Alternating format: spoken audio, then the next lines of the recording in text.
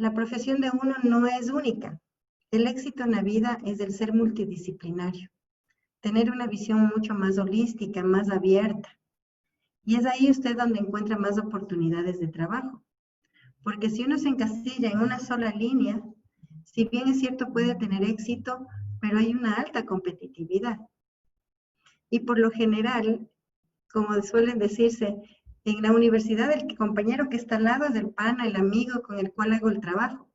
Pero cuando ya salimos al mundo laboral, ese pana es mi competencia. Él me puede comer cuando hay de por medio un proceso de negociación y no le interesa compartir el pastel porque tenemos las mismas capacidades.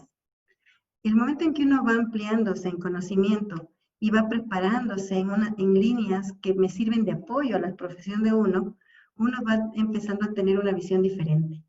Y las oportunidades de trabajo van llegando. Y uno tiene que entender que las oportunidades de trabajo no son que a la primera usted va a ser millonario, como sacarse la lotería. ¿Sí? Son oportunidades de esfuerzo, de sacrificio, de ir desde abajo trabajando.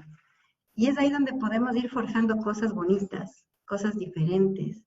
Y por eso yo le decía a Nelson, yo les felicito que ustedes incursionen en un mundo complementario a su línea de profesión, que es la docencia. La docencia se convierte en un eje transversal para un profesional de otra línea, porque de lo contrario no somos generosos. La generosidad está en compartir el conocimiento, en compartir la experiencia. Y es ahí donde usted puede tener una oportunidad de crecimiento. Así que yo les motivo a que sigan con este curso de formador de formadores y va a ser la pauta para que hagan cosas bonitas y diferentes. De alguna manera, Sedecon es una empresa, es un emprendimiento joven, es una empresa familiar que da soporte a personas que están queriendo nacer, queriendo innovar, porque nosotros somos eso también. Así es que yo les animo, les motivo a que sigamos trabajando. Esta semana va a ser una semana un poco de entender el mundo de la educación, como ustedes ya lo están viendo, y la semana que viene va a ser un poco más interesante, porque la semana que viene nosotros vamos a trabajar en la parte práctica de la educación, en la parte de que ustedes se enfrenten a hacer propuestas curriculares en su línea de formación, que sean productos innovados, productos diferentes, para que cuando usted lance una propuesta de capacitación, la gente diga, wow, eso me interesa aprender. Y que lo busquen, porque usted tiene una línea de especialización y que tenga conocimiento de cómo llegar a ellos. Así es que fíjense ustedes. Les quiero dar la bienvenida y con este preámbulo comencemos la clase, que nos podemos quedar conversando las 2 horas. Y bueno, yo les voy a invitar a realizar un ejercicio. Tenga listo, por favor, su celular. Y en su celular, por favor, busque esta página, menti.com. El momento en que usted pone menti.com en el interfaz de Google, le va a salir una pantalla en donde le pide que ingrese un código. El código es el 4850998. Y usted va a mirar ahí que vamos a hacer una votación, ¿sí? Usted va a votar por el estilo de aprendizaje que a usted más le gusta o le es de mayor afinidad. Yo he colocado 3 en la pantalla: aprendizaje autónomo, aprendizaje a través de medios virtuales o a través de tutorías. Es importante que ustedes vean que el aprendizaje autónomo es cuando usted lo hace solo, cuando usted adquiere autonomía, cuando eso lo logramos cuando ya empezamos a tener esas capacidades de independencia, ¿no?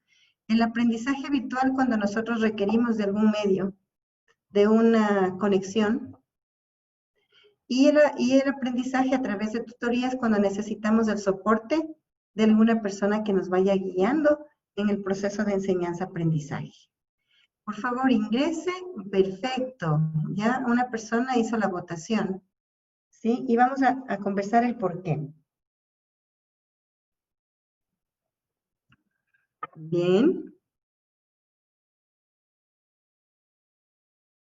Listo, estamos solo 4 personas, ¿verdad? Estamos 1, 2, 3 personas. Perfecto. Hasta que vayan llegando los otros compañeros. ¿Quién me puso que prefiere el aprendizaje a través de tutorías?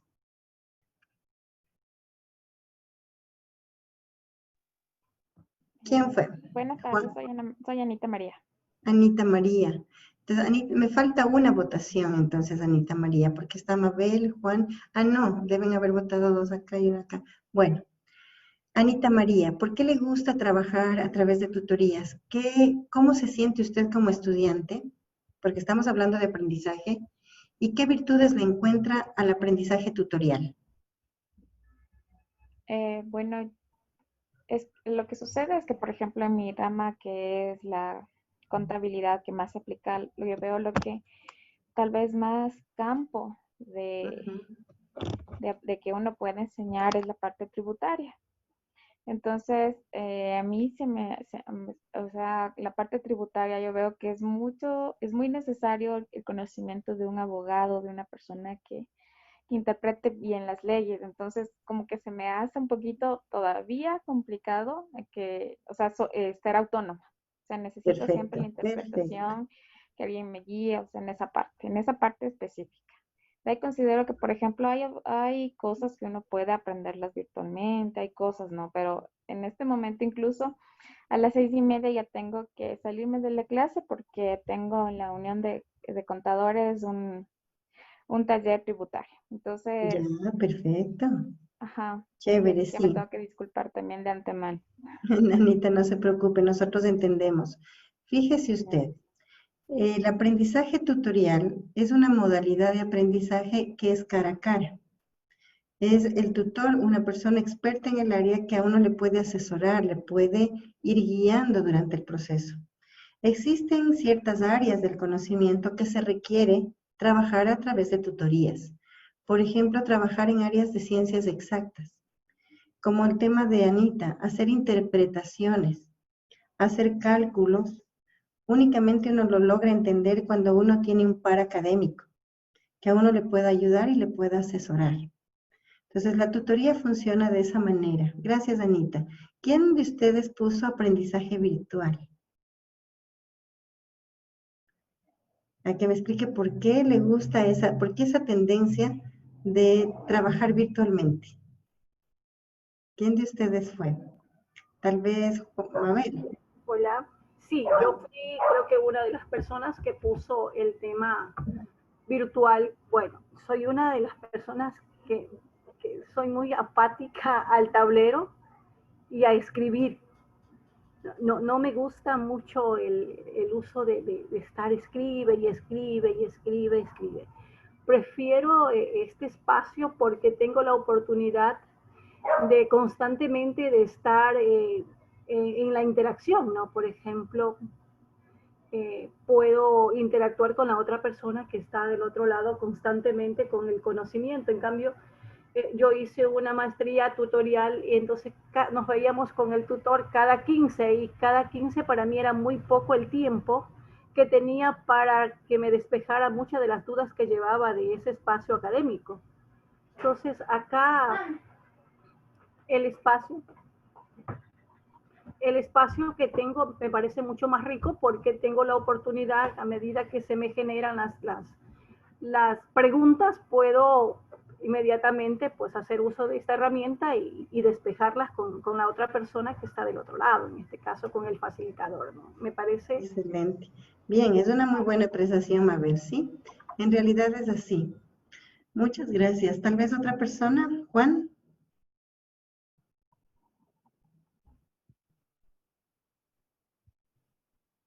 Nelson. Usted es una de las personas que votó por virtual. Sí, en realidad, buenas noches. Yo voté virtual.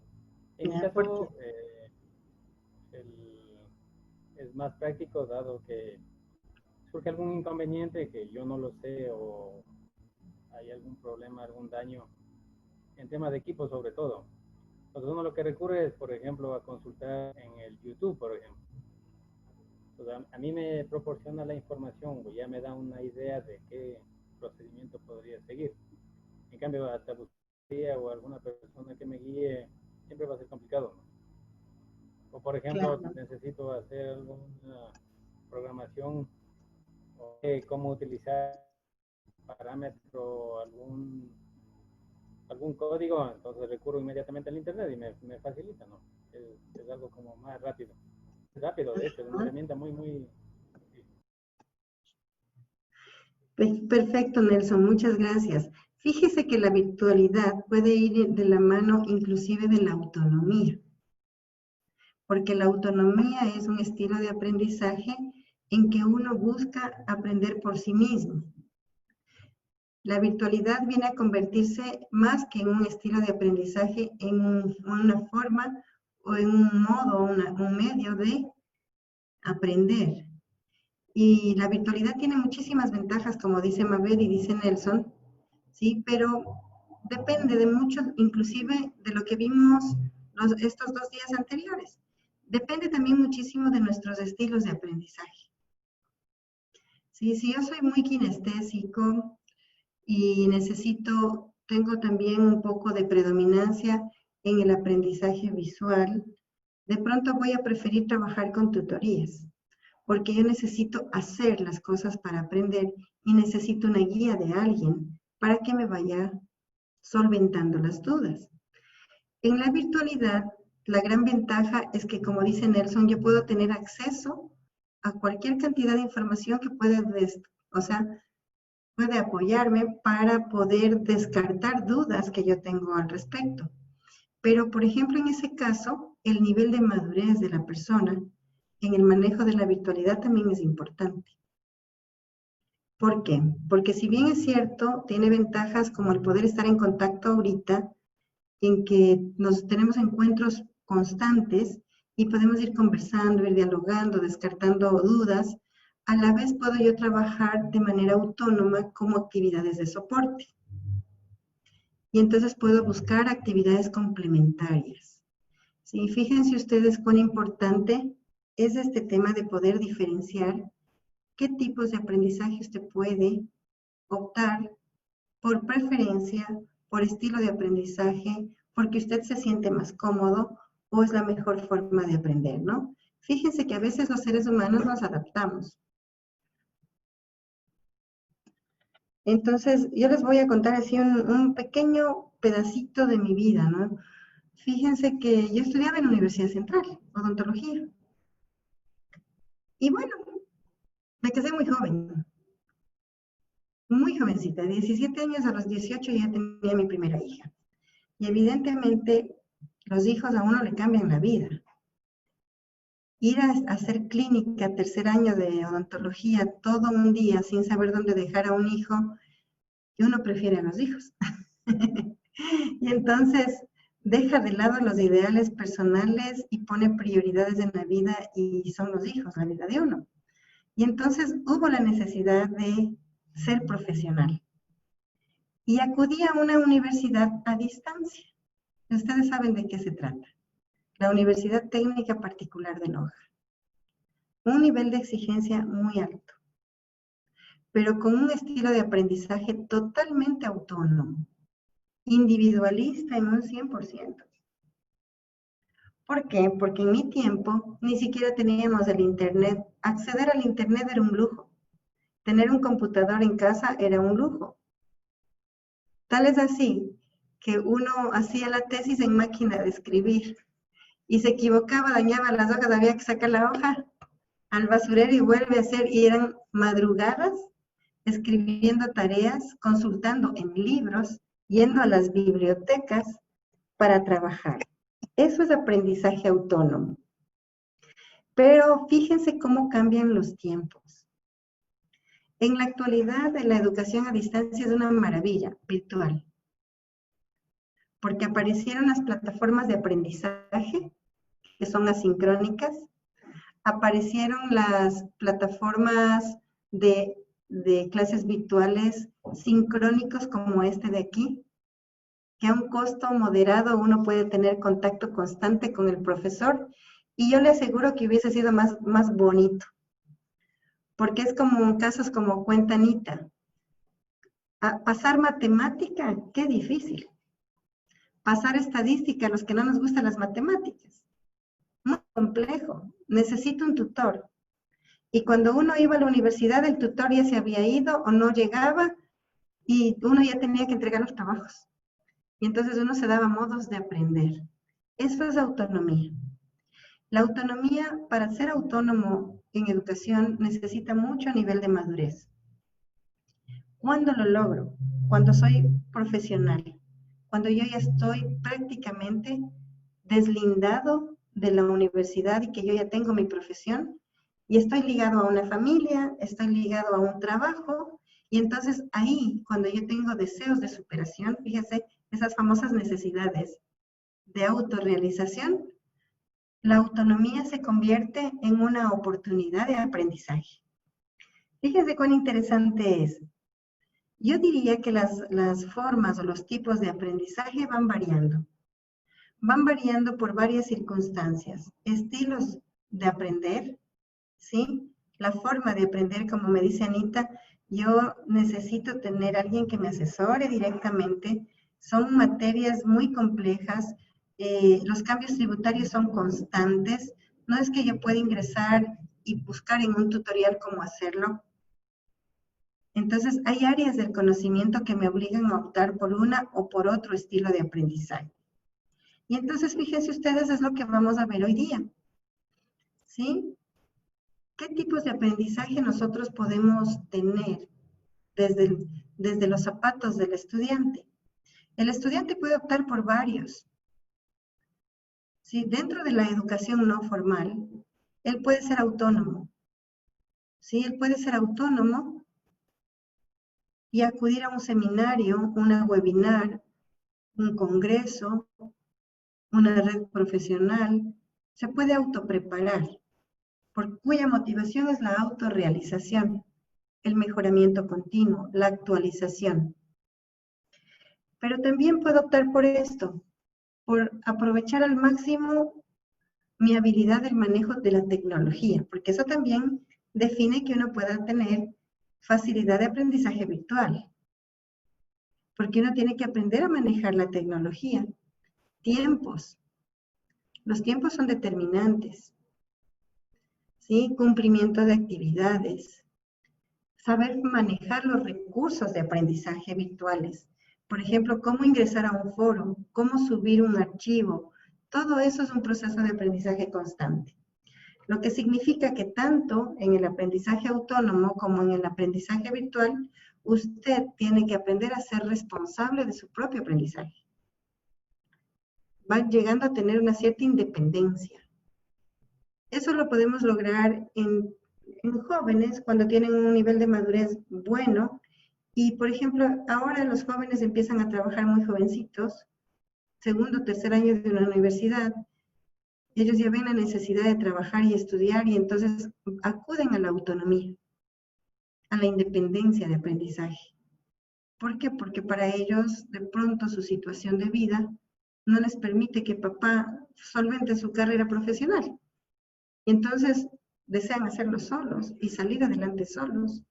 Y los que ya somos profesionales, en cambio, si no nos actualizamos, salimos de la cadena de competitividad. Entonces, la autonomía, el aprendizaje virtual se convierte en una necesidad constante. Otra forma de aprendizaje dentro de la educación no formal son las tutorías. Las tutorías vistas desde el punto de vista de asesoría. Yo recurro a un especialista en el área para que me dé una asesoría precisa sobre temas muy particulares y actualizados. ¿Sí? Esa característica tiene el aprendizaje tutorial, que busco un contacto cara a cara o personalizado con el estudiante. Entonces, uno busca, es un especialista, alguien que le diga las cosas cómo se tienen que hacer de manera muy precisa. Y obviamente se las puede manejar bajo el concepto de tutorías o bajo el concepto de asesorías académicas. Y ahí caemos en este tema. ¿Los aprendizajes son iguales o diferentes? tanto para el adulto como para el estudiante pequeño, o sea, para aquel que no entra todavía en etapa de profesionalización, ahí surge este dilema. O entro por el lado de la pedagogía o entro por el lado de la andragogía. Son dos ciencias hermanas. Las dos ciencias estudian la forma como enseñar y aprender. Con una diferencia, que la andragogía se enclava en esa metodología de enseñar y aprender para adultos.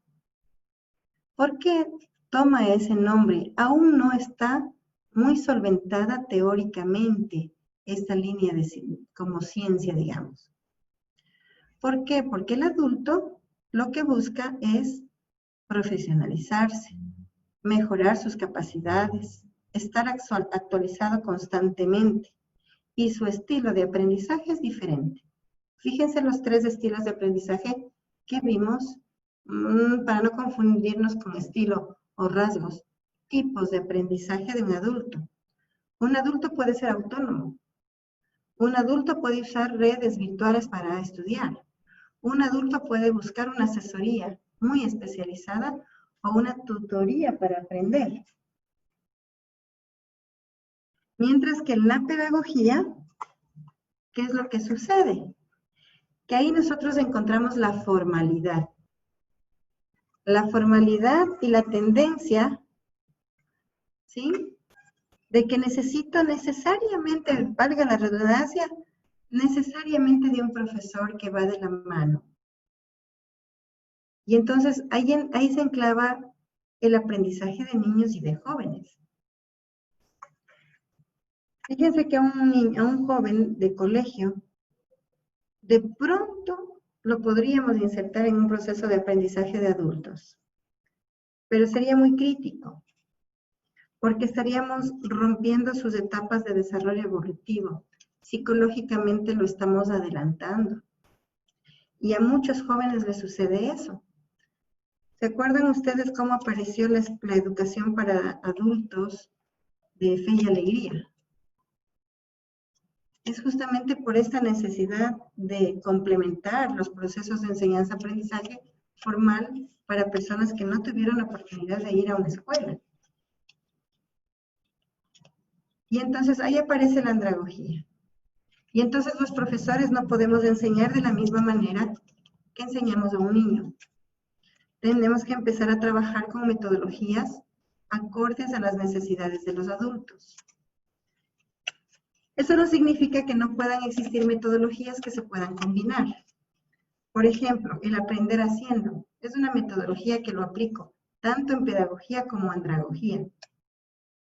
Pero el qué hacer, es decir, qué actividad hago para aprender haciendo, difiere de las edades y de los rasgos de cada grupo.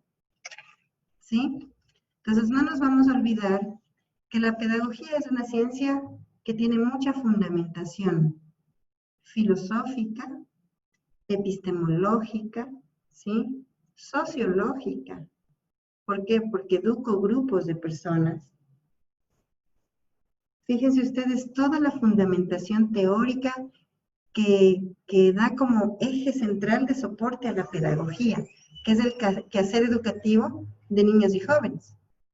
La andragogía nace como una necesidad social, por eso es que aún no está consolidada teóricamente como una ciencia. A pesar de que se podría considerar que es una ciencia hermana a la pedagogía, porque hace lo mismo, solo que el grupo objetivo es diferente. Justamente los problemas socioeconómicos a nivel mundial, las necesidades de los grupos sociales han generado que surja la andragogía como ciencia. Por ejemplo, alto índice de analfabetismo en las comunidades obligó a que surja la andragogía como la ciencia que estudia la forma de enseñar y aprender en gente adulta. Porque son personas que ya tienen un estilo de vida, tienen familia, tienen obligaciones, tienen un nivel de estrés que ellos llevan consigo, tienen intereses diferentes y por tanto la forma de trabajar con ellos es distinta a trabajar con los más pequeños. Les voy a pasar un video cortito para un poco entender con mucha claridad los dos conceptos, ¿sí? Y poder generar un poco una línea de conversación con ustedes. Vamos a ponerles un video muy, muy cortito. Pero es muy interesante. Es bastante claro el hombre el señor que voy a compartir en el video. Es muy, muy claro, muy preciso.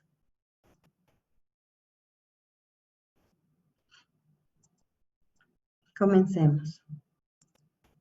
Veamos el volumen. Saber cómo aprenden los estudiantes. Es por eso que comenzamos ahora una serie de videos sobre las teorías del aprendizaje. Veremos un número de teorías del aprendizaje, ya que ninguna por sí sola logra explicar cómo aprenden los estudiantes, sino que es la suma de ellas lo que nos da el conjunto de cómo podemos enseñar efectivamente para potenciar el aprendizaje de nuestros alumnos. En este primer video comenzaremos por ver lo que es la andragogía, o sea, los supuestos sobre cómo aprenden los adultos, versus la pedagogía, o sea, los supuestos sobre cómo aprenden los niños. ¿Hay una diferencia? ¿Son conceptos contrapuestos? Lo veremos.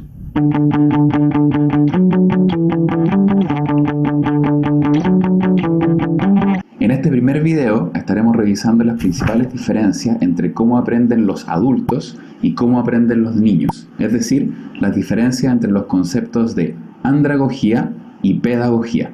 Principalmente estaremos revisando tres contenidos. El primero son las características del aprendizaje en los adultos. El segundo son estas diferencias entre cómo aprende un adulto y cómo aprende un niño. Y en tercer lugar, estaremos viendo cuáles son las implicancias en cómo aprenden los adultos para nuestra práctica docente. El aprendizaje en adultos, el señor Malcolm Knowles, que lo vemos en la imagen, fue el primero que se refirió a esta con el término de andragogía, como contraparte de la pedagogía, y la definió como el arte y ciencia de cómo ayudar a los adultos a aprender. Hacia fines del siglo XX, la literatura reportaba un gran número de trabajos que apuntaban a que los adultos aprendían de diferente forma que los niños. Desde aquí, Malcolm Knowles ideó este concepto de andragogía para referirse a cómo aprenden los adultos, argumentando principalmente que la motivación hacia el aprendizaje era diferente en adultos que en niños.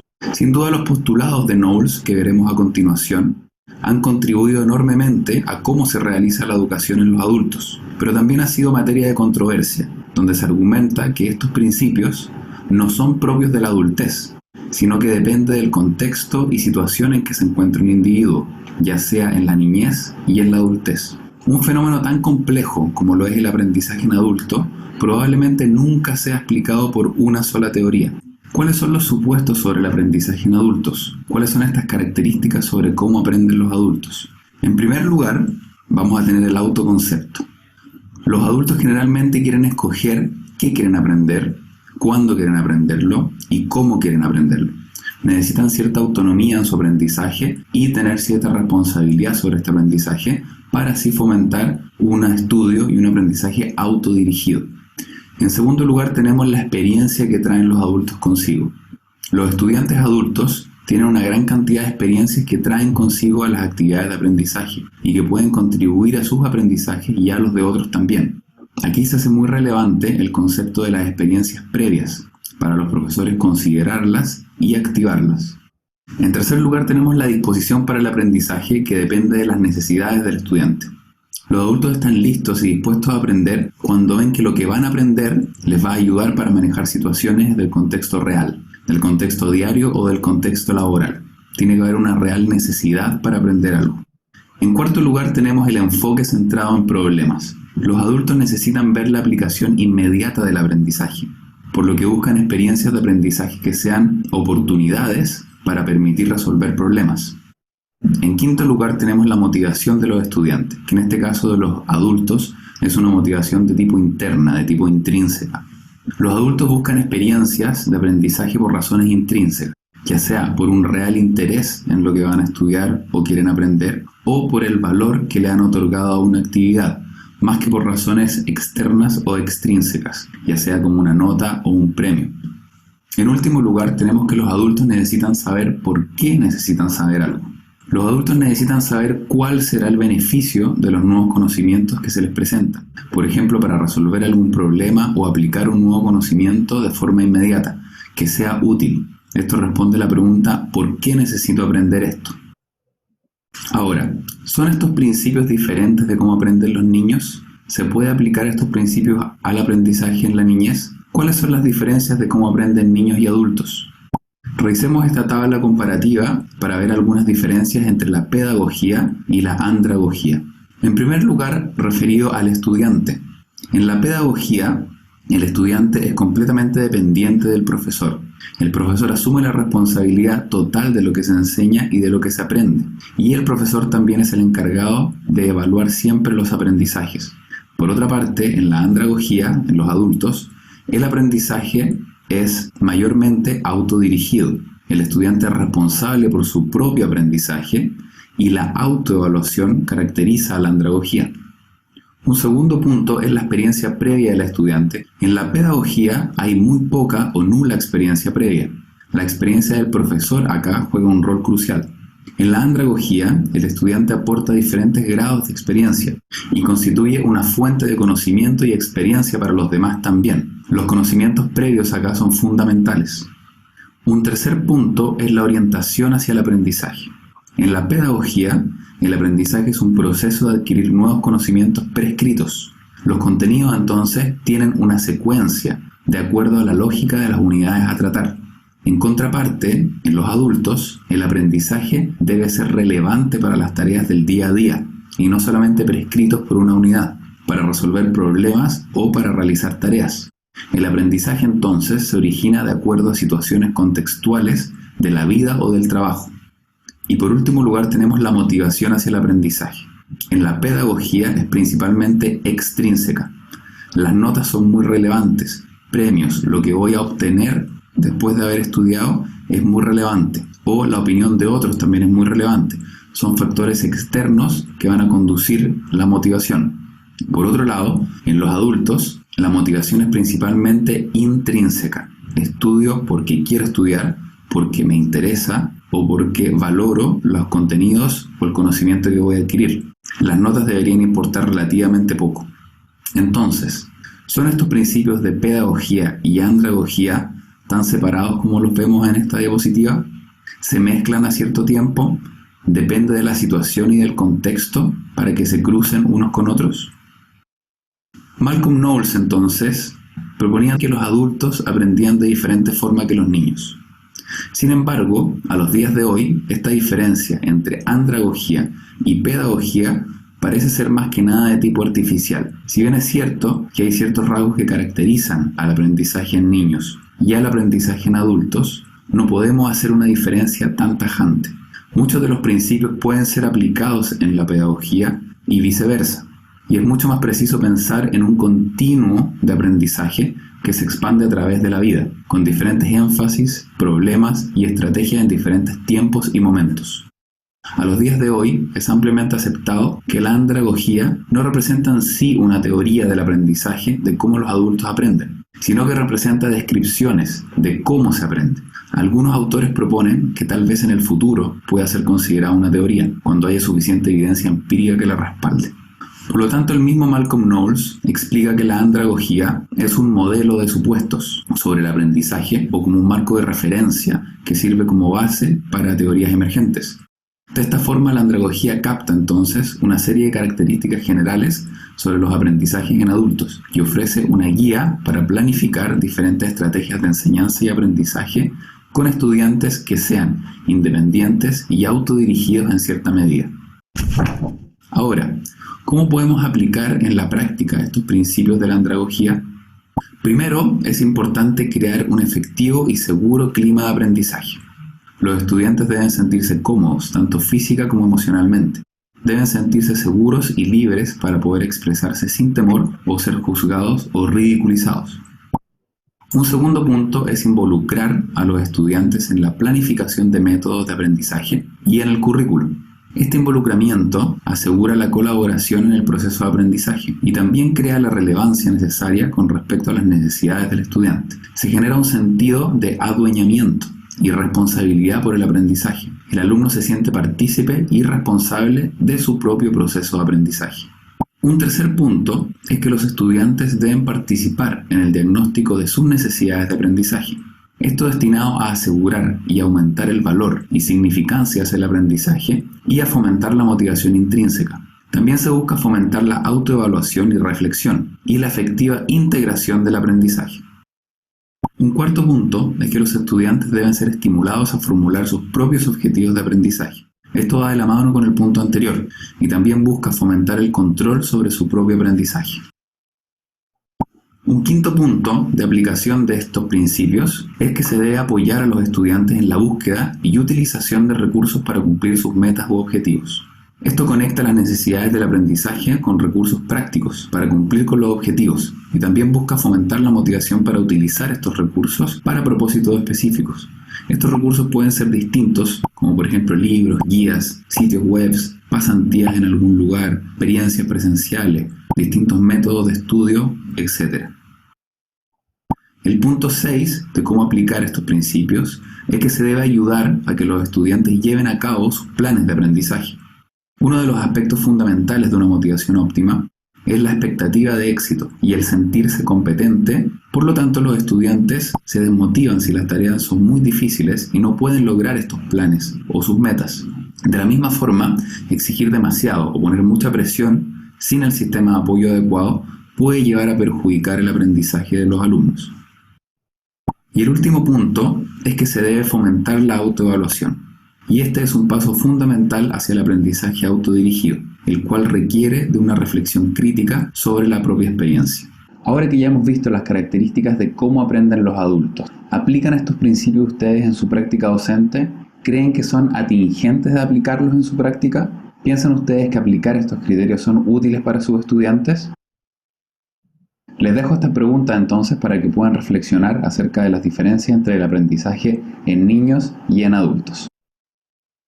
No olvides suscribirte a nuestro canal y activar la campana de notificaciones. Perfecto. Bien.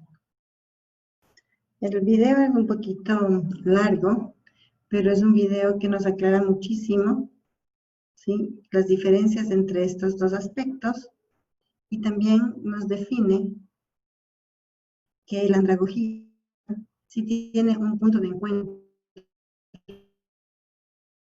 Se están involucrando en el mundo de la educación. Muchas metodologías pueden ser compartidas. Como les decía hace un momento, el aprender haciendo lo puedo aplicar en la pedagogía y lo puedo aplicar en la andragogía. Pero, ¿en qué se diferencian? En que en la pedagogía el docente está muy involucrado y motivando constantemente al estudiante, al más jovencito, al más niño, a que vaya en ese camino de la adquisición de nuevos conocimientos. Mientras que en la andragogía, el saber haciendo está muy relacionado inclusive con el desarrollo de las competencias del individuo o con las actividades laborales. Existen ciertas metodologías que se empiezan a experimentar, más que experimentar, a utilizar en los últimos años de vida del estudiante en el área de educación formal bajo el concepto de la pedagogía, es decir, los últimos años de colegio, y que se pueden aplicar en andragogía cuando yo educo a los chicos en la universidad, en un tecnológico, en un tercer nivel, en un curso de desarrollo de competencias laborales o en un curso de capacitación. Por ejemplo, ¿a qué me refiero? Trabajar con proyectos. Es muy versátil trabajar en el área pedagógica o con proyectos, pero los proyectos son proyectos de aula. Son proyectos, por ejemplo, crear un huerto familiar, un huerto entre la comunidad educativa y los chicos como una actividad de enseñanza-aprendizaje, en donde aprenden la germinación, aprenden los tipos de plantas, aprenden sobre animales silvestres, aprenden a amar y cuidar a la naturaleza, tienen diferentes conceptos. Pero cuando yo hablo de un aprendizaje basado en proyectos con adultos, yo analizo problemáticas de contexto, relacionado básicamente a solucionar problemas de la profesión o aquellos que estén en relación con las actividades familiarizadas con ustedes en su área de profesionalización. Fíjense cómo el sistema va creciendo en nivel de madurez y puede utilizar inclusive las mismas metodologías. En análisis de caso, yo bajo el nivel a un caso muy pequeñito, muy cotidiano en la pedagogía. Un análisis de caso en educación para adultos se convierte en llevar un problema que puede afrontar el estudiante en su vida laboral, en su vida profesional, a que lo solucione en el aula y aprenda a desarrollar funciones ejecutivas, como es la toma de decisiones. Y la toma de decisiones de un adulto tiene que inclusive tomar hasta un impacto de carácter social y de desarrollo personal. La toma de decisión para un niño es en función de su contexto y del estilo de vida que él lleva. Y utilizamos las mismas metodologías, pero son aplicadas desde ángulos o visiones diferentes, fíjense ustedes. Entonces ustedes se van dando cuenta el por qué hubo la necesidad de establecer, como dice Michael Knowles, crear un modelo de enseñanza propio para una edad en la adultez, en que los intereses de un adulto son muy diferentes a los intereses de un niño, en que la decisión y la autonomía de estudiar en un adulto es mucho más seria que en la de un niño. La de un niño está metido dentro de un sistema social y que el papá y los profesores y el contexto le permiten ir creciendo en educación formal. El adulto es decisión propia de él. Como hablábamos de la motivación intrínseca. Entonces ustedes pueden ver claramente las diferencias entre estos dos aspectos, ¿no? Ahora veamos una cosa importante. Hasta acá nosotros hemos visto la una cara de la moneda. Es decir, hemos hablado solo de aprendizaje. La forma como aprenden los individuos, ¿sí? Hemos hablado de la fuerte influencia de las emociones, de la motivación, en la decisión de aprender. Hemos visto tipos de aprendizajes que un adulto puede optar, ¿sí? Y hemos visto estos dos conceptos que nos permiten diferenciar los estilos de trabajo con un niño y con un adulto en el mundo de la educación.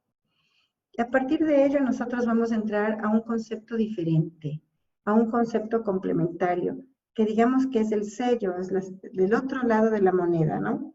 Vamos a abordar el concepto de aprendizaje. Aquí, bueno, yo les hice una síntesis sobre los elementos de la andragogía, que ya lo vimos en el video. Autoconcepto de aprendizaje, o sea, adquieren autonomía. Acumulación de saberes. Disposición por aprender es propia o intrínseca del individuo. Todo lo que aprenden en la búsqueda de la aplicación en el mundo social, en la cotidianidad del individuo, en el mundo laboral. Fíjense ustedes, ¿no? Y vamos a abordar este tema que es muy importante. Si yo no lo veo, es como que dejo una mesa sin una patita, ¿no? Es como que empieza a cojear el proceso. Siempre debo tener la contraparte. Ya vimos que la enseñanza recae sobre el estudiante. Perdón, el aprendizaje recae en una acción sobre el estudiante. La enseñanza es una función o una acción propia del profesor. Es decir, es la forma como yo llego al estudiante, cómo yo voy a dar a conocer lo que yo sé a la otra persona. ¿Sí? Cómo yo voy a desarrollar esas competencias o esas capacidades en mis estudiantes.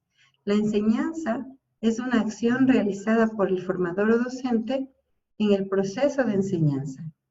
A usted le obliga que usted aprenda, sí, dentro de este gran paraguas de la andragogía, formas como enseñar, es decir, metodologías de cómo llegar a su estudiante para que él tenga un proceso de aprendizaje mucho más dinámico, mucho más versátil y de mayor confiabilidad. Y entonces ahí vemos que el aprendizaje y la enseñanza son hermanas, como yo les decía, es como una moneda, la cara y la cruz. El aprendizaje es una función del estudiante. La enseñanza es una función del profesor. El aprendizaje se deja en evidencia a través de cambios de conducta o comportamientos relativamente permanentes. ¿Por qué relativamente permanentes? Porque uno aprende constantemente, madura en conocimientos y en toma de decisiones y en capacidades, y el individuo se desenvuelve mejor cuando más alto es su nivel de aprendizaje respecto a algo, ¿no? Mientras que la enseñanza es la acción que asume el profesor para ir llevando el proceso de enseñanza-aprendizaje. Y busca el desarrollo de las competencias en los estudiantes y, por tanto, cuando usted es profesional en el área de la educación, tiene que tener competencias muy propias. Así como, por ejemplo, Anita. Anita es contadora, es auditora. Ella como profesional tiene competencias muy claras y muy definidas que le habilitan para ejercer ese ámbito profesional. El profesor igual. El profesor tiene que tener competencias propias en él. Tiene que tener capacidad para manejar la didáctica, que es el arte de enseñar. Y dentro de la didáctica, tener la capacidad de discriminar qué tipo de metodologías va a utilizar. Tiene que conocer psicología evolutiva, psicología educativa. ¿Para qué? Para conocer cómo son las personas o los individuos que él maneja en su grupo, para saber cómo atenderlos, cómo llenar esa necesidad de aprendizaje que ellos tienen. Deben conocer sociología, porque la educación no es huérfana. La educación es el eje central de una sociedad. Fíjense que todo en la educación funciona en función de las necesidades de contexto. En las universidades se van generando carreras nuevas. Nelson, ¿en qué año nació la ingeniería en sistemas en el país? ¿Sabe más o menos en qué época? Yo no sé con exactitud. Intuyo más o menos por las cosas que han pasado.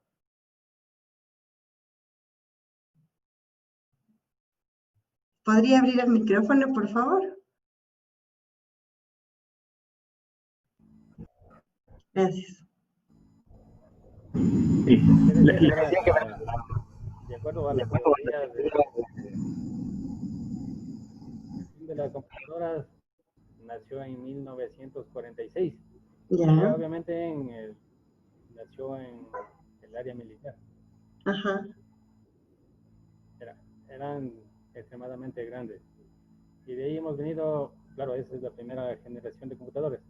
Y de ahí hemos venido evolucionando, pero a partir de 1990, más o menos ya agarran con Como mayor fuerza. fuerza y no eran tan grandes y no utilizaban espacios grandes, se hacen pequeñas, se hacen mainframes que se llamaban. Fíjense. Ahora ya, hoy en día, en el 2020, prácticamente ya el computador va desapareciendo, pues todo va siendo de un celular, una tablet. Hemos evolucionado demasiado. Sí, es como que se va haciendo cada vez más especializada, más simplificada inclusive. Más compacta y más compacta. Pero fíjense, sí escucho, perdón. Microchips, microelementos que llevan millones de elementos en chips tan pequeñitos que a duras penas alcanzamos a visibilizar. Entonces ahí, por ejemplo, con el análisis que nos hace Nelson, empezamos a pensar un poco que la educación es el corazón de una sociedad. Fíjese que yo intuía que la ingeniería en sistemas más o menos estaba acá en el Ecuador en el año 95.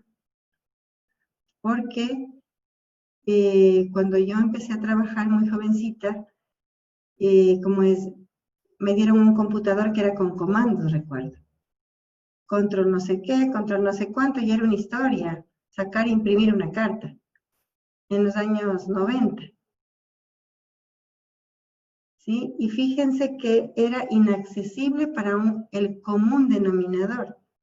Comprarse un computador era un montón de plata. ¿Y cómo ha ido evolucionando el sistema? Y surge una nueva profesión. El área de profesionalización, que son las universidades, crean las carreras justamente para formar profesionales para suplir esa necesidad social, económica y tecnológica. ¿Qué pasó con el tema de ingeniería en petróleos? Yo era muy niña, pequeñísima.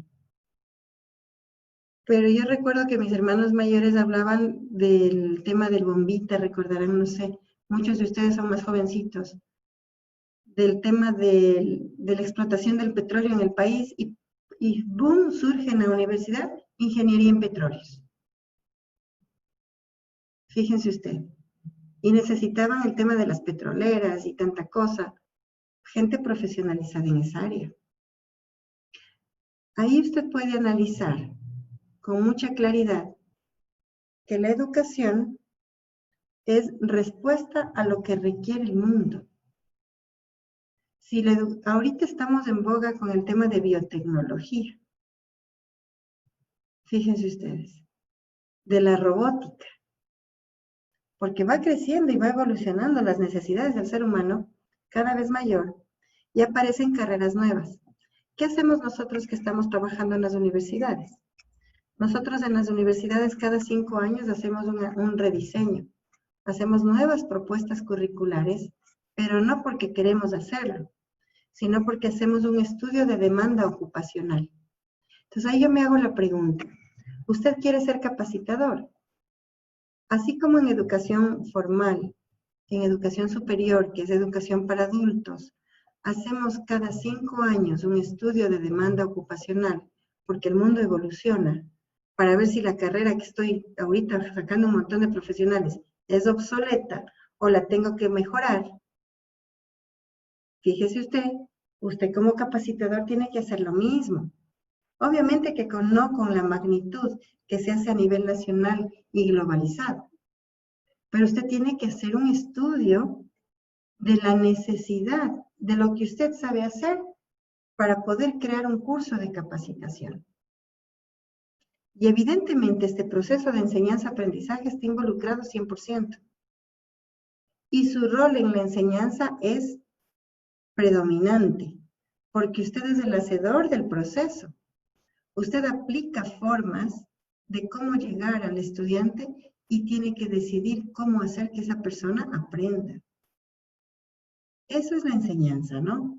Entonces yo no puedo concebir a la enseñanza solita sin que esté como hermana del aprendizaje, porque es una relación entre dos elementos.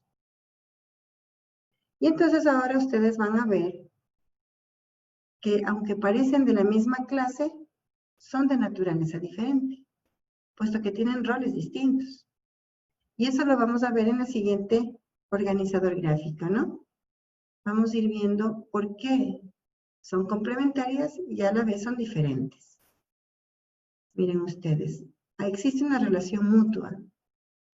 La enseñanza es una actividad social, porque justamente lo que les acabo de mencionar, si usted quiere enseñar algo, primero identifique si la sociedad lo necesita. Caso contrario, no tiene asidero. Es una actividad visible, porque el momento en que yo le capacito a esa persona en lo que yo considero que la sociedad necesita, esa persona es competente o hábil laboralmente. Y se lo puede insertar en ciclos de producción para generación de mejores economías, fíjese usted. Es una actividad concreta, porque es una relación mutua entre profesor y estudiante y que nunca se va a dejar, nunca va a ser deshumanizada. Siempre va a ser necesaria la existencia de un profesor, de un maestro. Es una actividad intencional, porque nosotros planificamos. Nosotros hacemos concreto un objetivo de aprendizaje al final del proceso. Se rige por normas éticas. Nosotros también enseñamos en valores. Y requieren de un agente importante, el profesor como mediador del proceso de enseñanza. Pero eso no garantiza que todos aprendan por igual, porque depende mucho de los intereses y las necesidades del estudiante. El profesor, para poder consolidar todos estos conceptos y estas características muy particulares de la enseñanza, tiene que aprender el cómo hacerlo, a través de métodos de enseñanza-aprendizaje, ¿no? Uno de ellos es el de pensamiento lógico, psicopedagógicos, porque vamos a tener estudiantes con diferencias individuales, métodos interactivos, por el tema del avance de la tecnología, y que la tecnología está metiendo su brazo en la educación de manera muy fuerte. Tal es así que muchos seguidores quieren automatizarla, pero eso es imposible. ¿Sí? Mientras que el aprendizaje es individual, es mía como estudiante. Si yo deseo aprender, lo hago, si no, no. Si estoy motivado para hacerlo. Cuando yo soy adulto, mi decisión es mayor sobre si deseo hacerlo o no. Es abstracta, porque todo lo aprendo desde lo simple, desde lo global a lo particular, desde lo simple a lo complejo, ¿sí? Desde lo concreto a lo abstracto. Usted ha visto que aprendimos a sumar desde temas concretos, llevando una bolsita de maíz en el bolsillo, o una bolsita de frijol. Y el que tenía dinero en la escuela llevaba un abaco. Y los que no teníamos llevábamos una bolsita, que nos cosía la mamá con alguna tela de un vestido viejo y una cintita y metíamos ahí el frijolito. Y cuando el profesor en primer grado nos enseñaba a sumar, pasábamos por lo concreto. 2 frijoles más 2 frijoles y es igual, uníamos, contábamos 4 frijoles. Hasta llegar a la adultez, en que podemos hacer cálculos sin necesidad de tocar ni ser concretos. Eso es pensamiento abstracto. Ahí viene la toma de decisiones, ahí viene un montón de cosas, ¿no? Hay un montón de habilidades, de conocimientos, se llaman esas. Por ejemplo, el análisis de textos, ¿sí? Análisis de datos, de resultados estadísticos, lo podemos hacer sin necesidad de tocarlos. Ocurre dentro de la persona. La persona va evolucionando mentalmente en tema intelectual. Requiere de procesos de pensamiento. Por eso es que el profesor aplica métodos de desarrollo de pensamiento. Porque el chico, el joven, el adulto requiere pasar por estos procesos. Ir desde los niveles de pensamiento simple hasta niveles de pensamiento complejo. Esa es la famosa teoría de Edgar Morin, que habla sobre la complejidad del ser humano. Y habla justamente cómo evoluciona el cerebro y cómo el ser humano se va adaptando a las sociedades debido a que su cerebro y su relación con el contexto hace que desarrolle ciertas capacidades o habilidades para enfrentar situaciones diversas. Y esa es la gran diferencia entre un animal, un mamífero de cualquiera y nosotros, que nosotros somos raciocinio. Pero ya pudimos ver que a más de la razón va ligada a la emoción, porque ahí viene el deseo por aprender, el gusto por las cosas que hacemos, y cuando más amamos algo, nos apasiona algo, aprendemos con más facilidad. Es una actividad intencional. Evidentemente, si es una actividad individual, es intencional. Si yo quiero, lo tengo que hacer. Se puede aprender sin procesos de enseñanza y esta es una gran verdad. Por eso existe tanto aprendizaje empírico. La formalidad la logro con aprendizajes estructurados en el proceso de enseñanza-aprendizaje. Y modifica estructuras mentales, acá. ¿Sí? Las va estructurando para dar respuesta a nuestras necesidades. Y ahora hay algo importante. que así como el profesor busca métodos para poder crear estos procesos de desarrollo del pensamiento y ayudarle al estudiante a aprender, el aprendizaje lo hace la persona y tiene que aprender a aprender.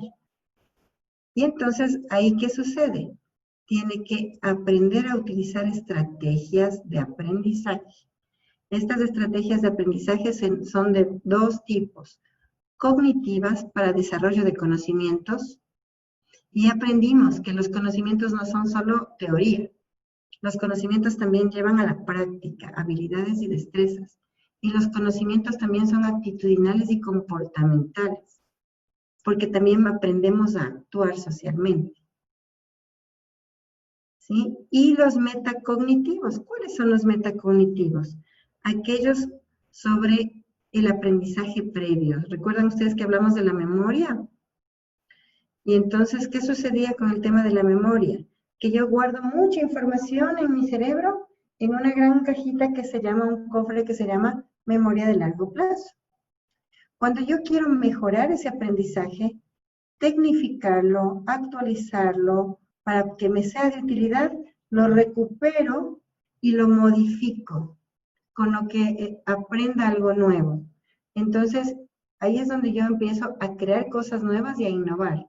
Cuando yo tengo la capacidades metacognitivas, aprender a aprender. Por ejemplo, ahorita usted está aprendiendo a ser docente. Con esta base conceptual que estamos revisando y con la autopreparación que usted va a tener y la experiencia de empezar a trabajar en aula, usted va a buscar más información que va a actualizar aquello que nosotros le estamos dando y lo va a poner al día. Eso es la metacognición, aprender sobre lo aprendido. Eso hace que la persona crezca en conocimientos.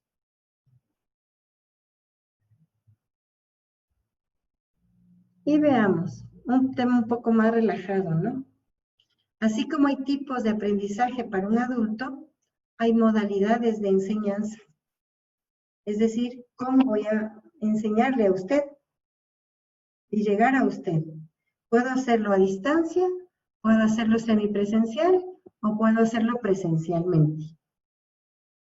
A distancia, cuando yo tengo un contacto asincrónico totalmente.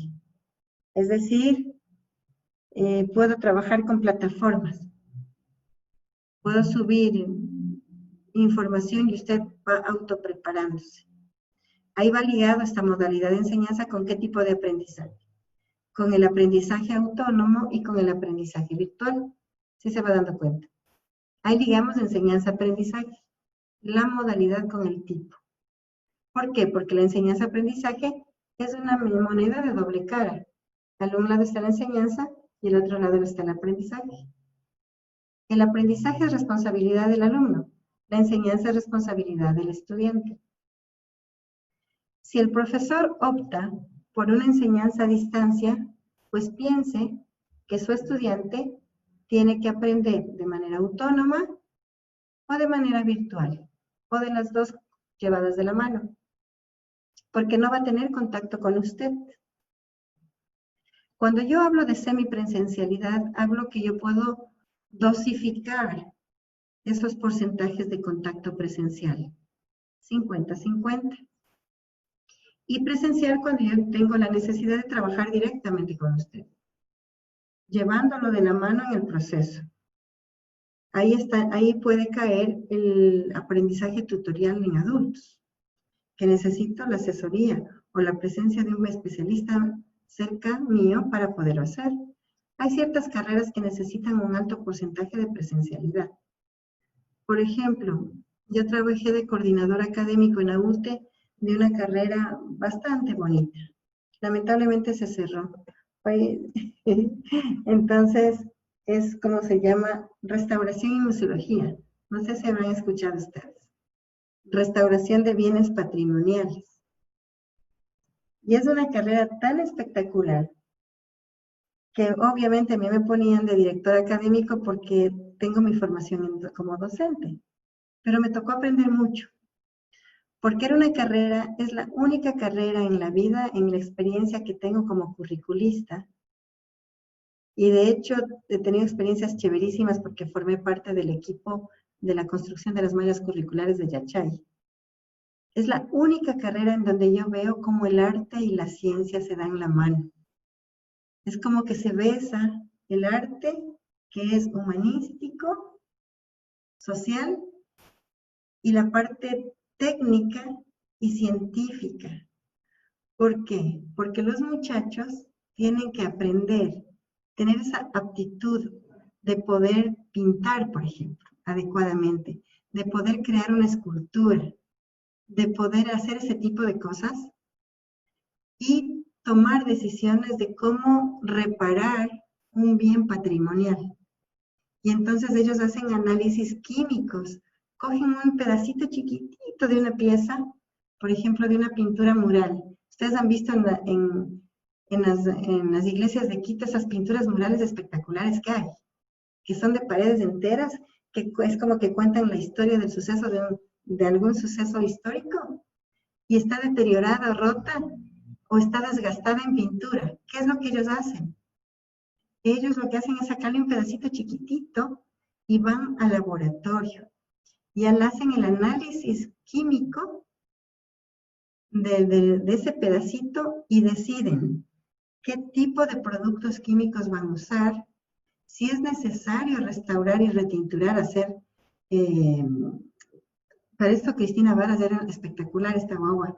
Ella hacía esto de difusión de color en las pinturas, que ni se notaba.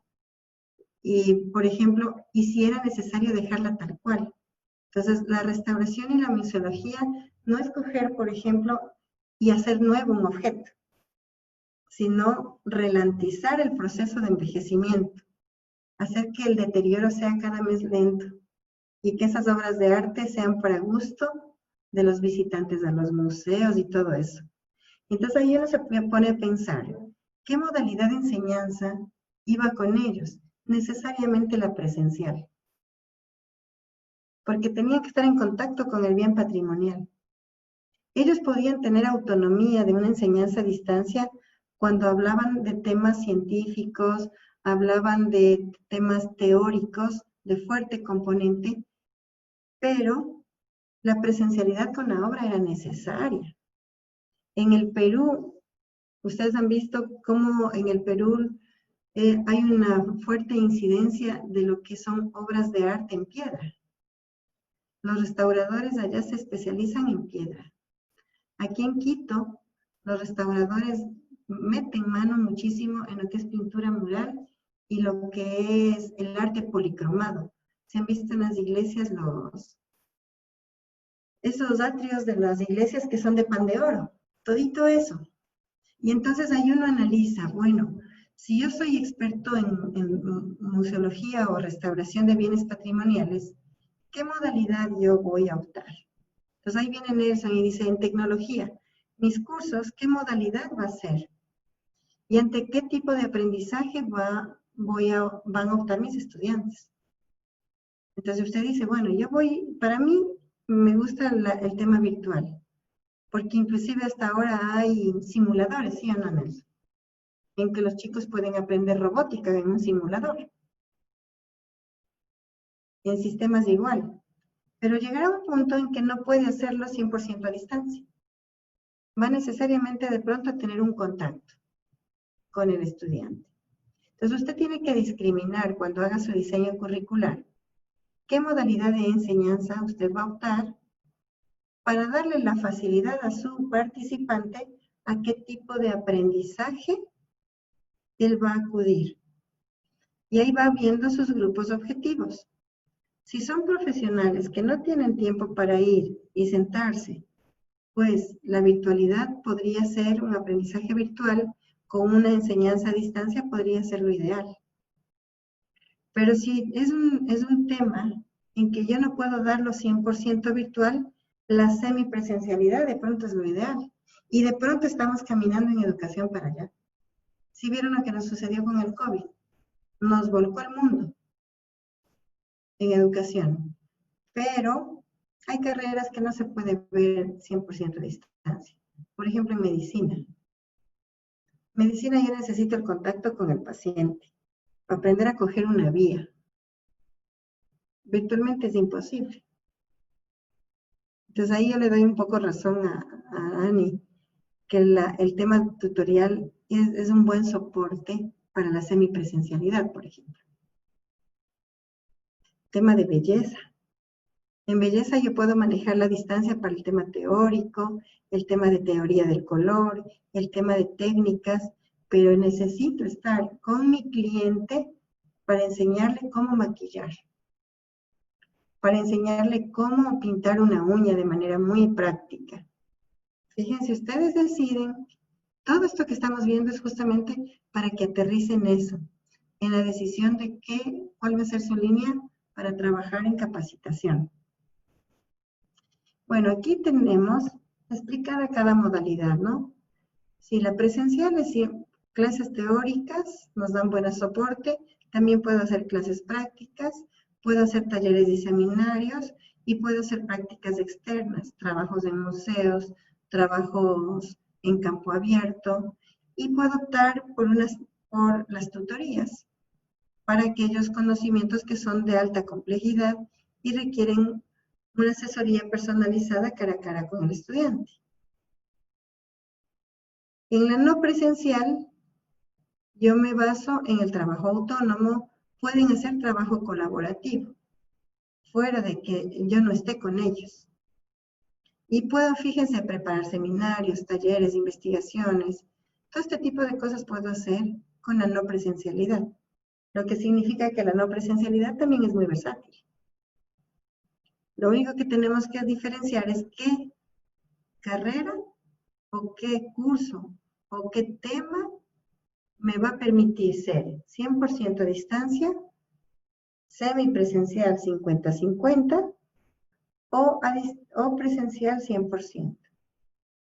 Yo creería que con el mundo que estamos ahora, la semipresencialidad va a ser una muy buena alternativa de trabajo, al menos para aquellas capacitaciones o aquellas líneas de acción de que necesito contacto con el estudiante por muchas cosas muy, muy técnicas. Y entonces caemos en este gráfico de aquí, lo que hemos venido haciendo ahorita. Nosotros ya tenemos el concepto de aprendizaje y enseñanza. Y usted va viendo que el estudiante tiene que aprender a aprender, que es una cara de la moneda del aprendizaje. Y el profesor, que es la otra cara de la moneda, tiene que aprender a enseñar. Y entonces ahorita que estamos en el formador de formadores, como que nos enfrascamos en el aprender a enseñar. Pero yo no puedo llegar al aprender a enseñar si usted no sabe cómo aprenden sus estudiantes. Porque usted es la guía, usted es la contraparte, usted los tiene que conocer. Y entonces nosotros los cualificamos para que puedan trabajar en la docencia. Y les enseñen a sus estudiantes a aprender. La tarea fundamental del profesor en la actualidad no es transmitir conocimientos, es acompañar, es guiar, es mediar, es consensuar, porque los estudiantes tienen que ser críticos, analíticos, tienen que tomar decisiones. Y una cosa importante en el aprender a enseñar es que usted maneje técnicas vanguardistas, metodologías que despierten la emoción en el estudiante para aprender. Caso contrario, las cosas no funcionan. Sí, usted tiene que motivarles a las personas a que aprendan lo que usted les va a enseñar. Que sea de interés de ellos, que tengan una motivación. Estos dos pilares parecen que son recientes y no lo son. Estos surgieron en los años 60, en la primera convención de educación para todos, de la UNESCO, con Jacques Delors. Los pilares de la educación son aprender a aprender y aprender a enseñar. Hay uno que falta ahí, que yo no lo coloqué, pero que es importante, el aprender a vivir juntos. Porque eso somos seres humanos totalmente sociales y trabajamos juntos. Y ahí llegamos a este concepto. el curso de formador de formadores es para que usted tenga la capacidad de trabajar y ejercer la docencia con criterio técnico, aplicando métodos y conociendo cómo debe trabajar. Para eso hemos creado este curso de formador de formadores. Pero no podíamos llegar. De pronto, muchas personas van a iniciar un curso con este concepto. Para mí no es tan relevante iniciar con este concepto mientras usted no tenga claro esto. ¿Qué características y cualidades tiene su estudiante y cómo yo logro que él aprenda? Y de ahí me pongo en mis zapatos, porque primero tengo que ser empático. Y luego paso a mi persona y digo, ahora sí que yo ya conozco al estudiante, sé cómo aprende, sé todo sobre él. Ahora sí me voy hacia mi persona. ¿Qué debo hacer en mí para qué lograr esto? Tengo que aprender a enseñar, aprender a ser docente. Y caigo recién ahí en este concepto. Entonces, fíjense, nos hemos demorado 3 días para llegar al inicio del curso de formador de formadores. Porque yo no me atrevería a formar profesores solo para aplicar técnicas o estrategias. Porque el educador no es una receta. El educador no busca ser inmediatista. El educador, y ustedes como van a ser futuros docentes o que muchos de ustedes ya están ejerciendo, el educador tiene que estar imbuido en procesos, ¿sí? En conocer a los individuos. La educación estudia al ser humano. Mira cómo el ser humano aprende. Y los seres humanos no somos simples, somos complejos. Y mientras más complejidad tengamos, nuestro proceso de enseñanza-aprendizaje tiene que ser en función de esas necesidades. Así que hemos llegado al inicio del taller de formador de formadores, conociendo claramente 2 conceptos claves. ¿Qué es aprendizaje? ¿Qué es enseñanza? Y evidentemente al aprender qué es aprendizaje, usted ya sabe la forma, cómo es una persona, qué intereses tiene, qué lo motiva a aprender, de qué forma aprende. De aquí en adelante vamos a trabajar formando en usted capacidades propias del aprender a enseñar. Es decir, de esa habilidad que usted debe tener, de esas competencias que debe tener. Y entonces entramos ya al módulo 2. Sí, fíjense ustedes, hemos trabajado prácticamente hasta aquí el módulo 1. ¿Qué vamos a abordar en el módulo 2? Primero que nada, a que usted se conozca a sí mismo como futuro capacitador, formador o educador. ¿Qué características debe tener?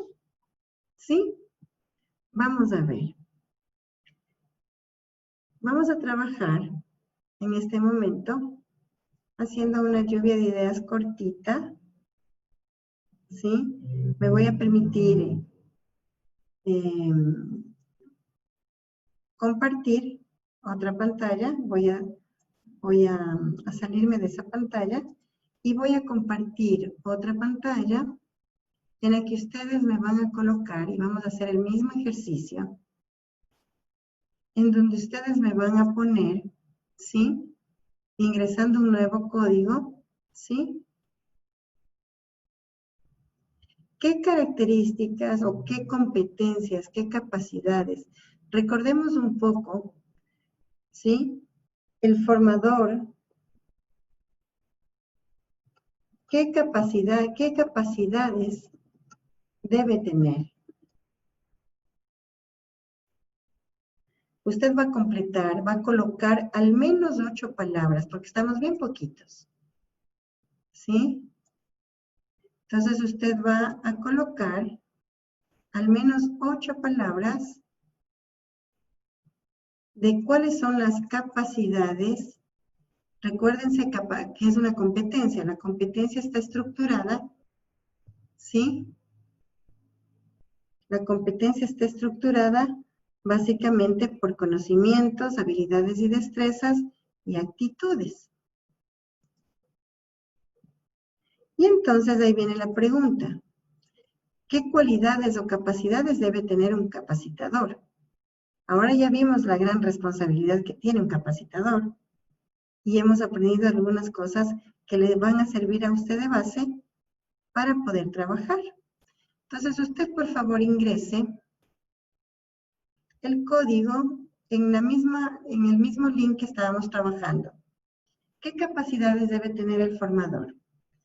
Ingrese por lo menos 8 palabras, ¿sí? Trabajemos. ¿Qué debe saber hacer él?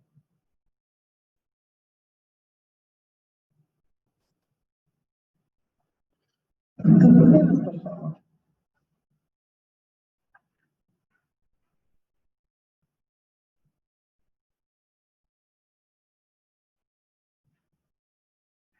Ahí está el código. 391854.7. Lo puede hacer desde su teléfono, que es la parte más chévere de esta herramienta. Entonces ingresa a menti.com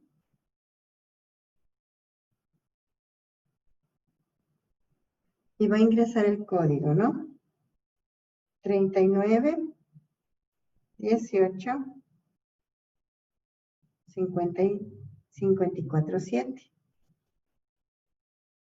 Y ahí le va a salir varios links, hay varias interfaces, ¿no? Ingresa la palabra, por favor.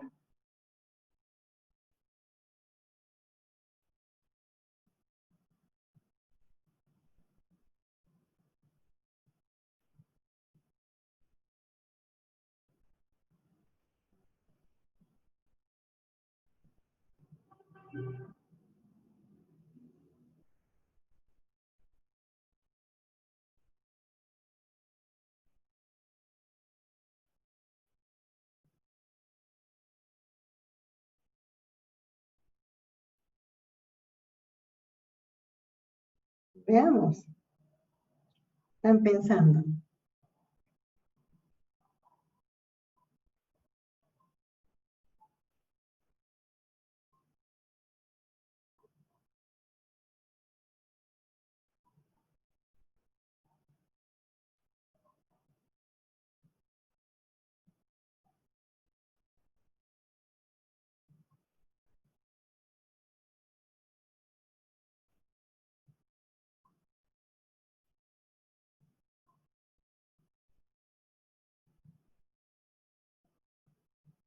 ¿Qué más? ¿Qué más? Piense, ¿qué más puede ser un educador?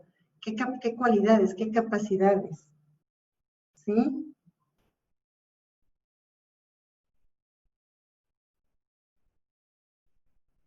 Ya me mandaron, chévere.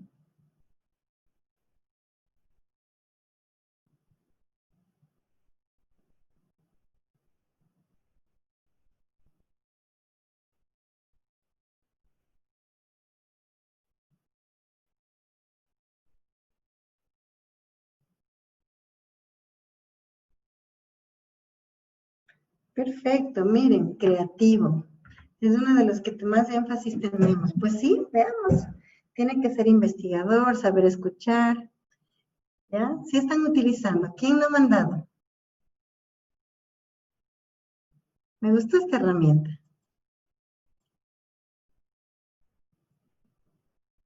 A ver, dice metodólogo, que utilice metodologías para el proceso de enseñanza-aprendizaje, que sea creativo, que sepa transmitir conocimientos, que tenga pasión por enseñar, dinámico, investigador, divertido, tolerante, didáctico, estratega, tiene que ser un líder. ¿Quién me falta? ¿Mabel envió? Sí, ya envié. Chévere. Fíjense ustedes, fíjense todo lo que es. Nosotros a continuación vamos a ver justamente esas capacidades que debe desarrollar el formador. Miren, se potencializó el tema de ser creativo, dinámico y saber escuchar. Perfecto, qué bonito. Guiar bajo la experiencia. Hay nuevas, ¿no? Fíjense, guiar al estudiante. Debe ser un guía excelente. Acompañar al estudiante es un guía. Tolerante, didáctico, conocer a sus estudiantes. Fíjense qué bonito. Ser paciente. ¿Estamos bien hasta ahí? Perfecto. Pues bien, ahora sí vamos a lo que nos compete. ¿Qué les pareció? ¿Cuál cree que es más importante ahí, Nelson?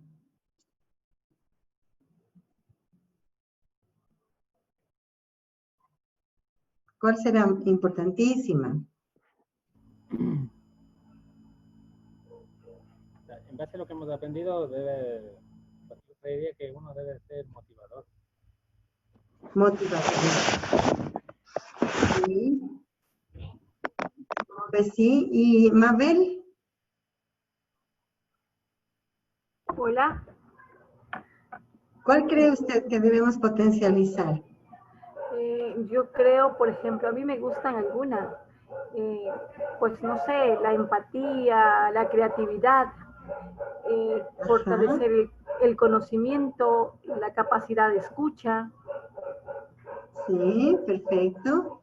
Tiene que ser un guía. Exactamente, tiene que ser un facilitador. Así es, un facilitador. Veamos cómo se potencializa.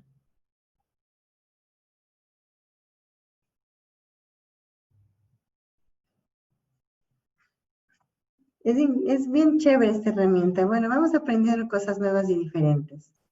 Pues sí, vamos a ver cuáles son las competencias que un capacitador o formador debe tener.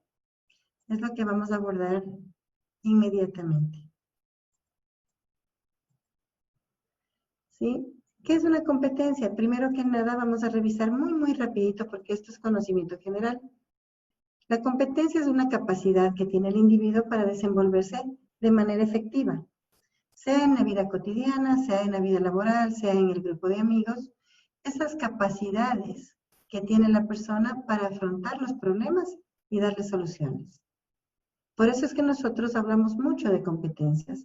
Y cuando buscamos un trabajo, nos hablan de competencias. Ya no presentamos una hoja de vida como presentábamos antes, que llenábamos de títulos, llenábamos de un poco de ¿cómo es? De certificados, que evidentemente son necesarios, porque ese es el evidenciable de que usted sabe hacer las cosas y de que usted tiene esas capacidades adquiridas. Un certificado de experiencia es importante que esté en la hoja de vida, porque evidentemente, ¿qué implica? Que ese es el respaldo de que usted es real lo que usted me está presentando. Pero la competencia es un intangible.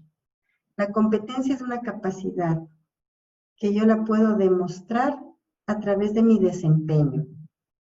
Hay competencias sociales, hay competencias básicas, hay competencias genéricas y hay una de las que nosotros vamos a hablar el día de hoy, competencias profesionales, que son propias del educador, así como cada uno de ustedes tienen en su profesión competencias muy específicas, en la docencia es igual. La competencia está formada de estos elementos que ustedes ven aquí. El conocimiento, que es básicamente toda la base conceptual que usted tenga que tener, el bagaje de conocimientos respecto a lo que sabe hacer. La habilidad y la destreza, que son habilidades motoras, que se ganan con experiencia. La actitud es la disposición que tiene el individuo al saber actuar. Es importantísima en una competencia la parte actitudinal, porque eso denota, ¿sí?, justamente el tema ético y valórico del individuo. En educación no enseñamos valores, fortalecemos valores. En educación no desarrollamos competencias transversales, potencializamos competencias transversales. ¿Cuáles son las competencias transversales? Justamente principios, valores y actitudes. La honestidad, la honradez, la pulcritud, todo eso son actitudinales, es la parte comportamental del individuo. no las formamos, o sea, no las desarrollamos, perdón, pero sí las potencializamos, ¿sí? Las vamos moldeando.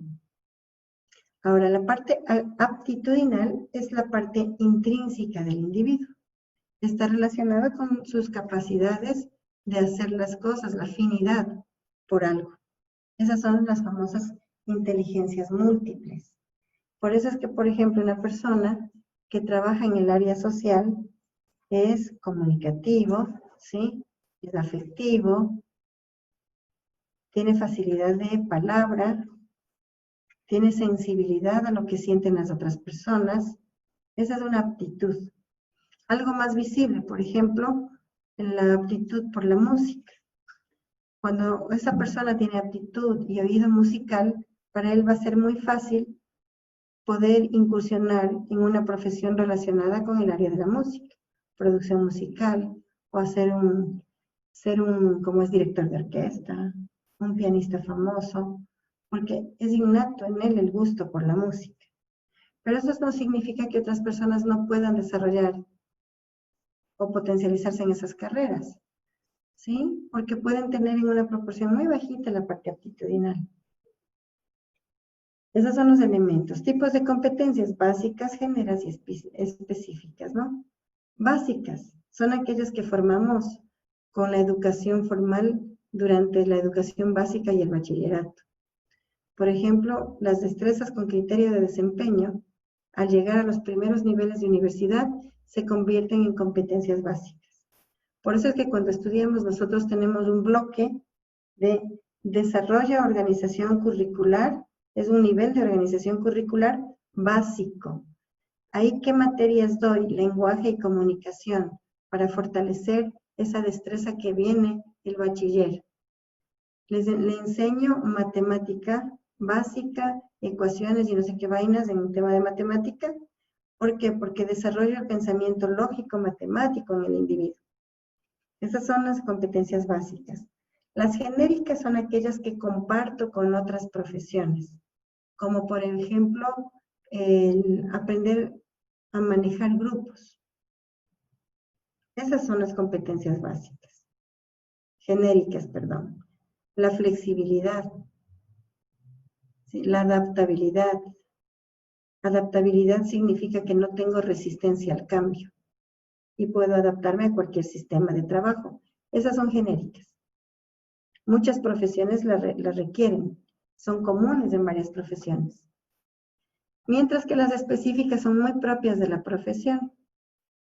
Y ahora nosotros vamos a abordar estas, las específicas. ¿Qué competencias requiere el formador de formadores para ser competente en el mundo laboral de la educación para adultos?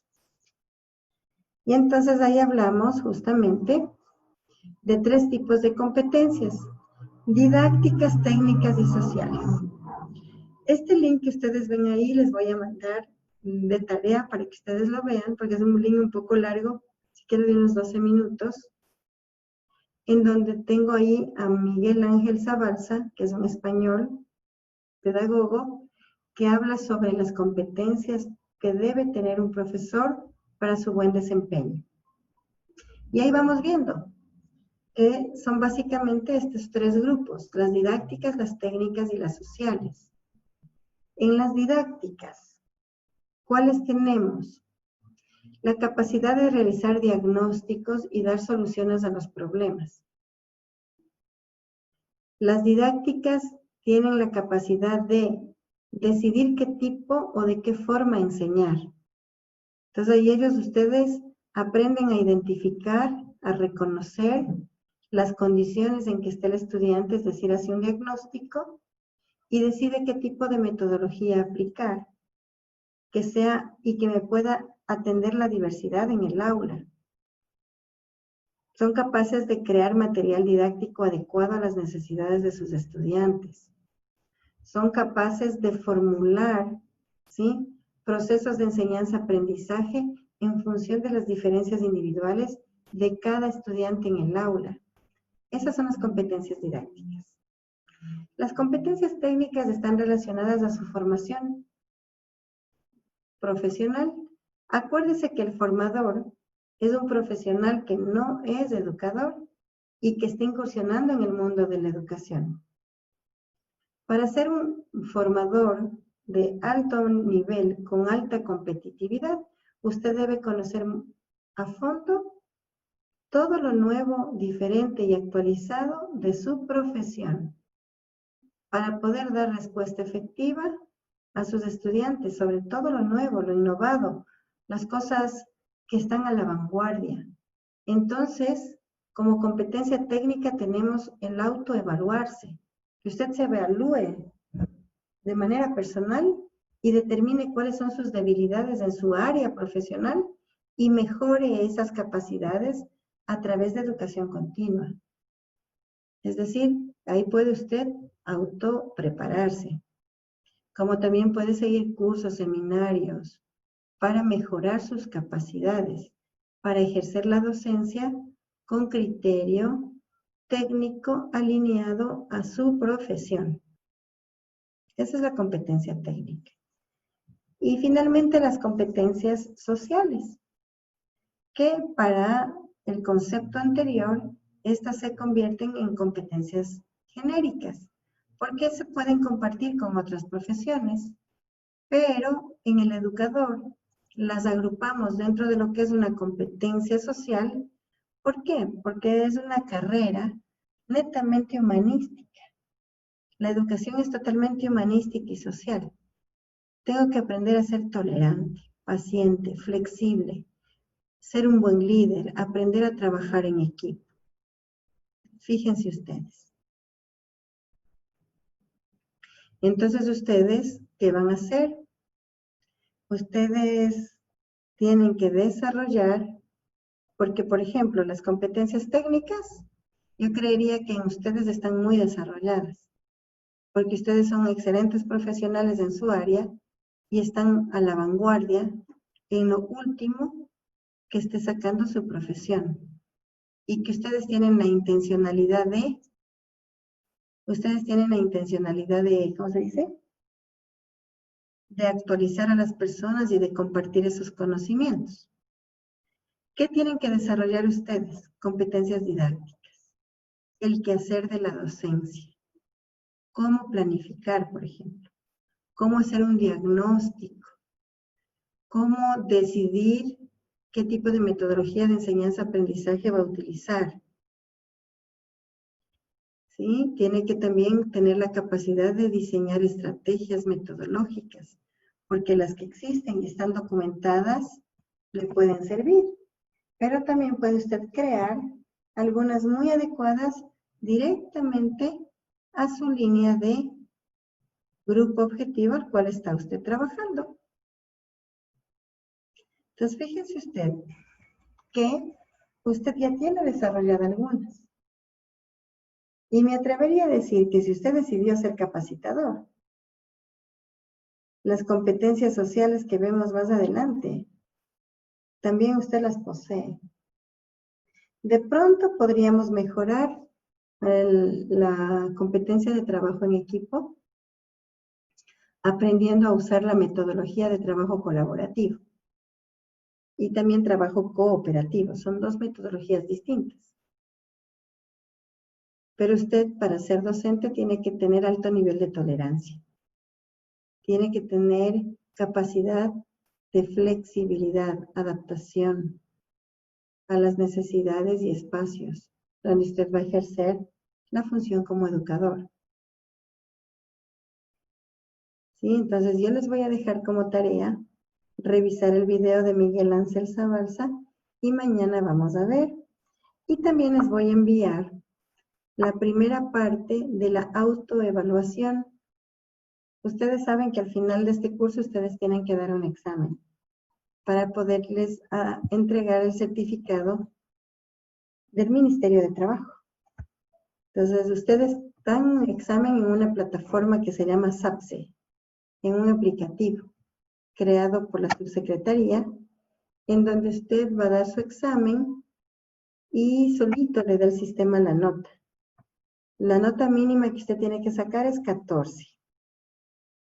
Y entonces hemos visto hasta acá más o menos ya el 60% del avance del taller, del curso.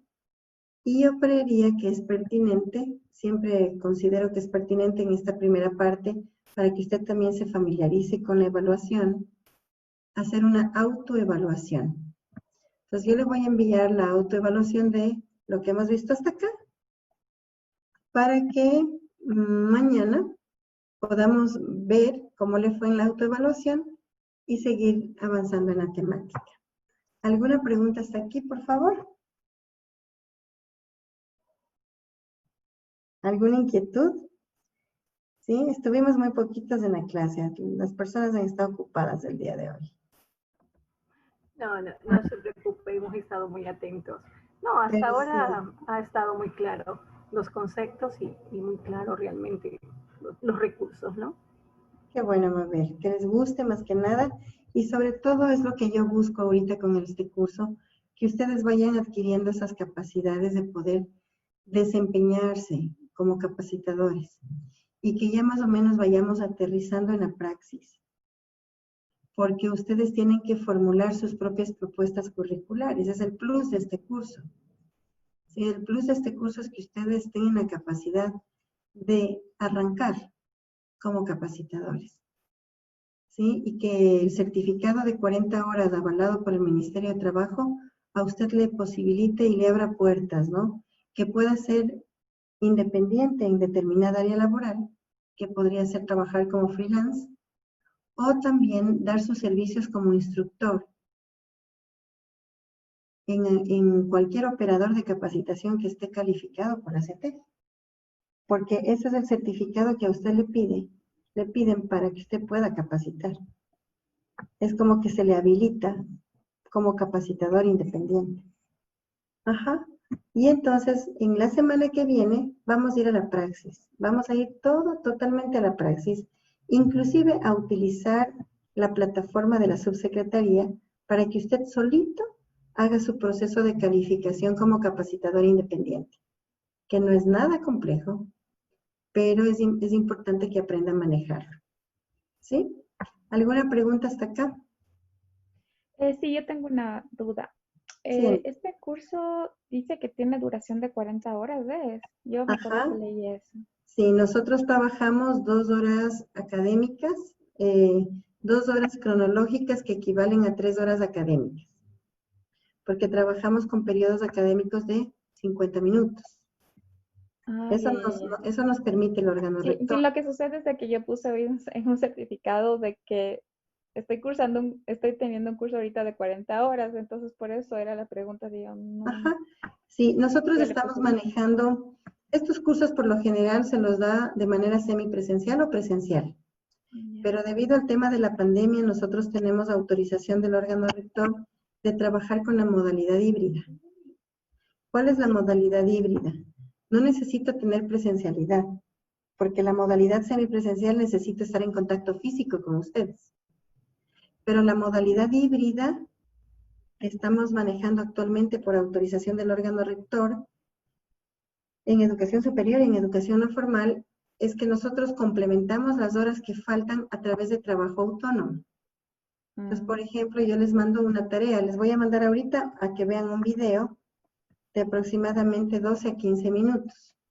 Y tienen que hacer un trabajo de análisis que por lo menos les va a llevar realizarlo 1 hora o 2, dependiendo de su capacidad de análisis. Ya. Ajá. De esa manera se completa. En el certificado dice 40 horas. Porque yo puse eso, o sea, 40 horas. En el certificado dice 40 horas. Ya, perfecto. Sí, en el certificado dice 40 horas. Porque de lo contrario no le sirve. Sí, porque yo ahora lo que estaba viendo es de que, por ejemplo, a los trabajos requieren de que, o sea, la antigüedad de los certificados sea mínimo de 3 años y que se reúnan como mínimo 100 horas. Bueno, en algunos casos. Sí. Entonces yo le puse ya ya aprobado y que ya solo lo estoy Claro que sí, usted da el examen la semana que viene. Ajá. Con las autoevaluaciones que les vamos a preparar, probablemente si usted está muy interesada en sacar rápido el certificado, la emisión del certificado demora, a usted le dan la nota enseguida y nosotros nos podemos descargar máximo en 24 horas. Ya. Y eso le hacemos llegar inmediatamente y usted puede subir la evidencia. Ya. Ya, ¿sí? listo. Es Y en por el eso papel, hablaba. y en el certificado dice, aprobado de 40 horas, aval, Ministerio de Trabajo, Ya, que perfecto. son los requisitos para ser capacitadores independientes. ¿Sí? Ya, listo, Ujú. muchas gracias. Sí, mija, no se preocupe, estamos a la hora. Listo, pues entonces, el día de mañana nos encontramos a la misma hora. Y bueno, la autoevaluación les va a llevar unas horitas de inversión de trabajo un poquito largo porque son alrededor de 60 preguntas, ¿no? Y que ustedes tienen que primero hacerlo sin ver. Yo les recomiendo que cojan la evaluación y con lo que ustedes han estado atentos a las clases, lo hacen sin ver. Eso les va a llevar unos 20 minutos. Después hacen la revisión con las diapositivas, porque en las diapositivas están toditas las respuestas. Y entonces va comparando. Y para poder hacer una retroalimentación, y mañana hacemos la retroalimentación. ¿Sí? Porque de pronto alguna dijo no encontré o me equivoqué. ¿Por qué? Porque yo lo tengo que preparar a usted para que la prueba que dé salga aprobado y le puedan emitir el certificado. Ok. ¿Listo? Ujú. Les agradezco mucho su gentileza y el día de mañana nos vemos.